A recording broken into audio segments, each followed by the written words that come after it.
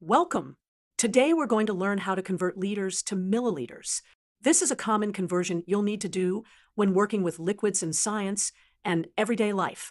The key thing to remember is that 1 liter equals 1,000 milliliters. We can write this as 1L equals 1,000 milliliters. To visualize this, imagine taking one large container with 1 liter and pouring it into 1,000 small containers of 1 milliliter each. To convert from liters to milliliters, we multiply the number of liters by 1,000.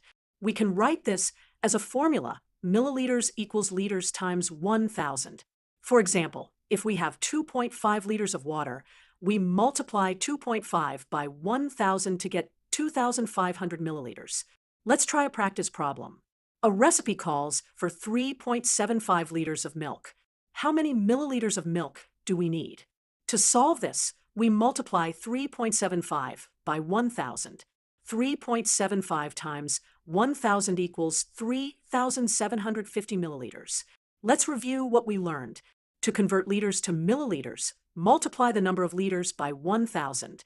Remember, 1 liter equals 1,000 milliliters. This simple conversion will help you work with liquid measurements in science, cooking, and many other situations.